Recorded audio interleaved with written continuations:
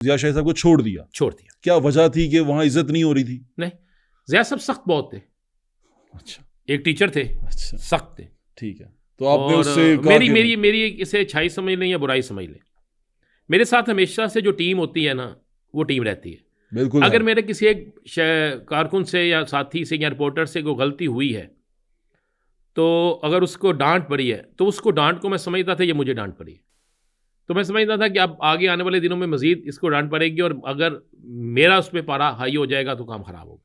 तो मैंने बेहतर समझा कि एक तल्लक और रिश्ता वो रहे, क्योंकि मेरी ट्रेनिंग, मेरा इंस्टीट्यूट मौलाना अजीम को स्टूडेंट पॉलिटिक्स से सहाफ़ी बनाने वाला खबरें अदारा जिया शाहिद साहब। ज़ैद शाहिद साहब थे। ठीक, इम्तिहान शाहिद साहब का भी इस पर बड़ा रोल था। जी ठीक है।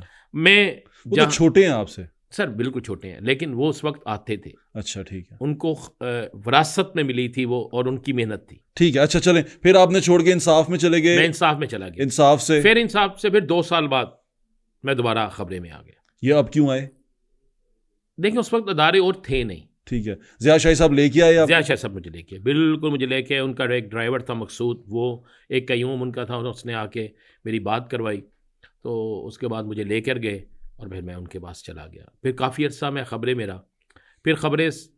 फिर मुझे एक दफ़ा थोड़ा सा फड्डा हो गया और मैं दुनिया में उसमें चला गया, ये दिन में दिन में?